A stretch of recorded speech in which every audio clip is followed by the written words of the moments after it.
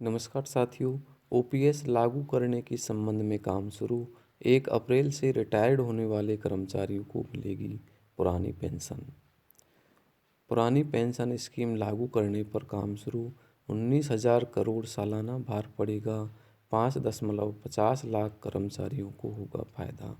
राजस्थान में सरकार ने कर्मचारियों के लिए पुरानी पेंशन स्कीम लागू करने की बजट घोषणा पर काम शुरू कर दिया है।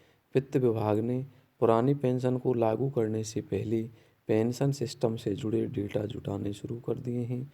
1 अप्रैल से रिटायर होने वाले कर्मचारियों को पुरानी पेंशन स्कीम के हिसाब से करीब आधे वेतन जितनी पेंशन मिलेगी, जबकि नई पेंशन स्कीम में यह पैसा बहुत कम है।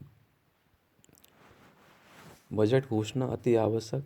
ये 25 फरवरी को लेटर जारी हुआ है निदेशालय राज्य बीमा एवं प्रावधायी निधि विभाग जयपुर के द्वारा।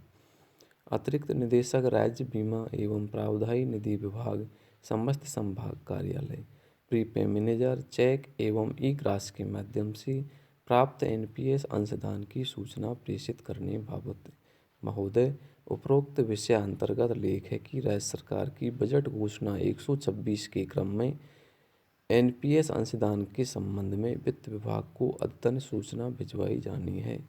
इस हेतु सभी जिला कार्यालयों में प्री मैनेजर चेक व ई ग्रास के माध्यम से दिनांक 31/1/2022 तक कुल प्राप्त अंशदान की सूचना माहवार कवरिंग लिस्टवार संलग्न प्रारूप में जरिए ईमेल hacdpt.nps.sipf@rajasthan.gov.in पर दिनांक 26/2/2022 शनिवार को दोपहर 12 बजे तक आवश्यक रूप से भिजवाना सुनिश्चित करावें।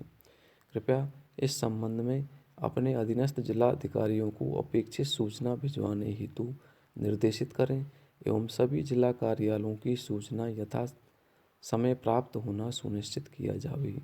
यदि किसी जिला कार्यालय से वांछित सूचना प्राप्त नहीं होती है तो सूचना शून्य मानते हुए वित्त विभाग को सूचित कर दिया जाएगा, जिसकी समस्त जिम्मेदारी संबंधित जिला या संभाग की होगी। इसे सर्वोच्च प्राथमिकता दी जाए। तो जो भी अंशदान हुआ है प्रीपे मैनेजर चेक व ई ग्रास के माध्यम से, उसकी सूचना 26/2 तक 12 बजे तक मांगी गई थी। अब इसके बाद में जैसे ही अंशदान की सूचना होगी उसको कार्य रूप में लिया जाएगा। 19,000 करोड़ सालाना भार पड़ेगा। 5.50 लाख कर्मचारियों को इससे फायदा होगा। राजस्थान में सरकार ने कर्मचारियों के लिए पुरानी पेंशन स्कीम लागू करने की बजट घोषणा पर काम शुरू कर दिया है। वित्त विभाग ने पुरानी पेंशन को लागू करने से पहले पेंशन सिस्टम से जुड़े डेटा जुटाने शुरू कर दिए हैं।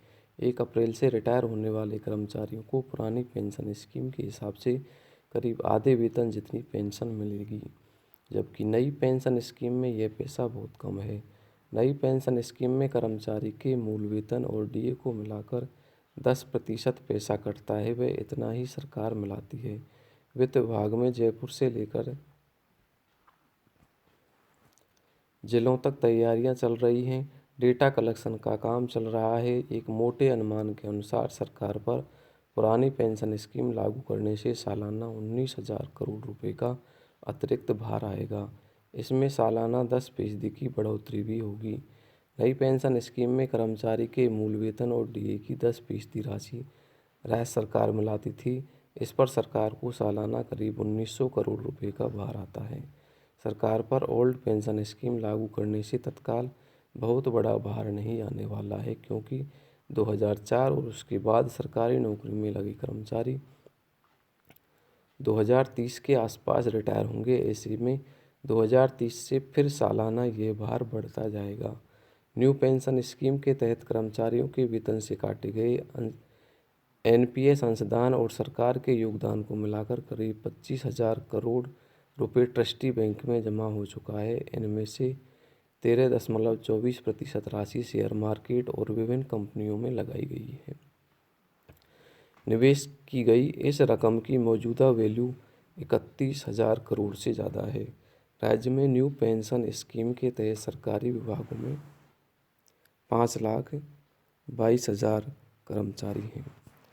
साथियों, वीडियो को देखने के लिए धन्यवाद। वीडियो को लाइक और चैनल को सब्सक्राइब करना नहीं भूलें। धन्यवाद।